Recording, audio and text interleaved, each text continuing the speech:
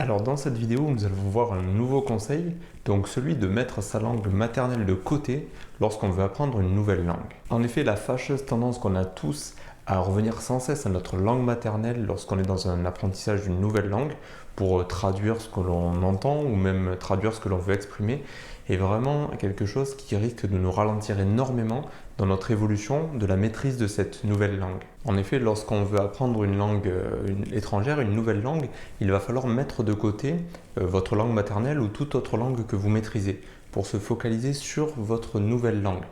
Et donc du coup, vous n'êtes pas obligé de le faire tout le temps, il faut même ne pas le faire tout le temps. Il va falloir juste donner des moments durant lesquels, lorsque vous allez écouter ou parler ou bien penser dans cette nouvelle langue, vous allez vous consacrer uniquement à celle-ci et vous allez mettre de côté toutes les autres langues.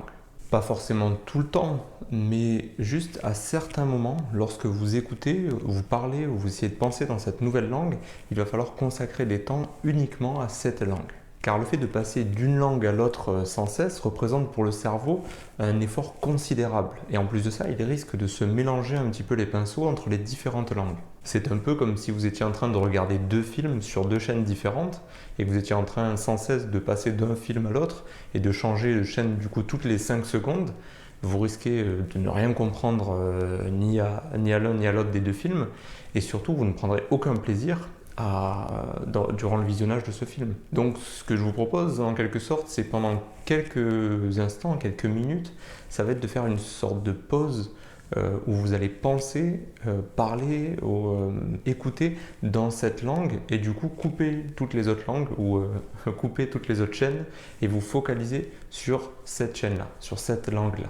Faites-le seulement quelques minutes au début, c'est pas la peine de faire des moments trop longs, 2-3 minutes suffisent, que vous pouvez faire à plusieurs moments dans la journée, mais l'important ça va être vraiment de créer une bulle dans ces moments-là où vous allez penser uniquement dans cette langue. Au début, dans ces quelques minutes, il est très probable que vous n'ayez pas les mots pour vous exprimer, que vous n'ayez que très peu de mots pour vous exprimer ou pour penser ou pour comprendre ce que vous écoutez. Eh bien, c'est parfait, c'est une très bonne nouvelle.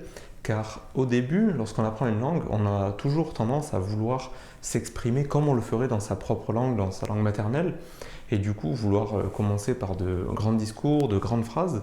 Mais ce qu'il faut accepter, c'est important quand on débute une nouvelle langue, c'est d'être limité. C'est d'avoir certaines limites, de ne pas avoir les capacités de s'exprimer comme on le fait avec notre propre langue.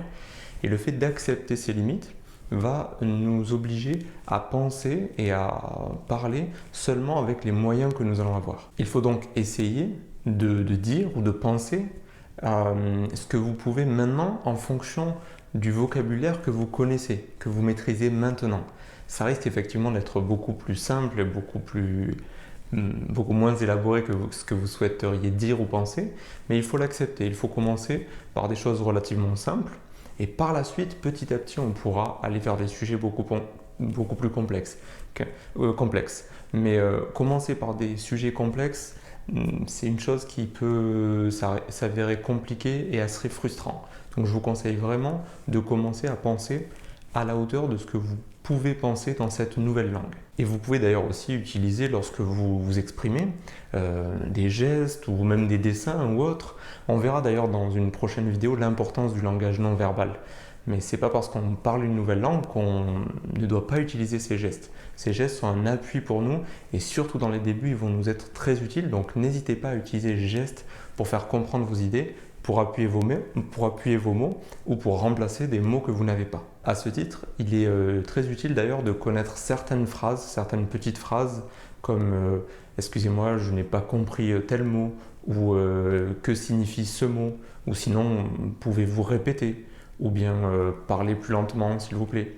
Voilà, ces petits bouts de phrases sont importants à connaître parce qu'ils vont vous être très utiles, surtout dans les débuts où vous allez en avoir énormément besoin. Et du coup, ça vous évite de repasser au français pour dire s'il vous plaît, je ne connais pas ce mot.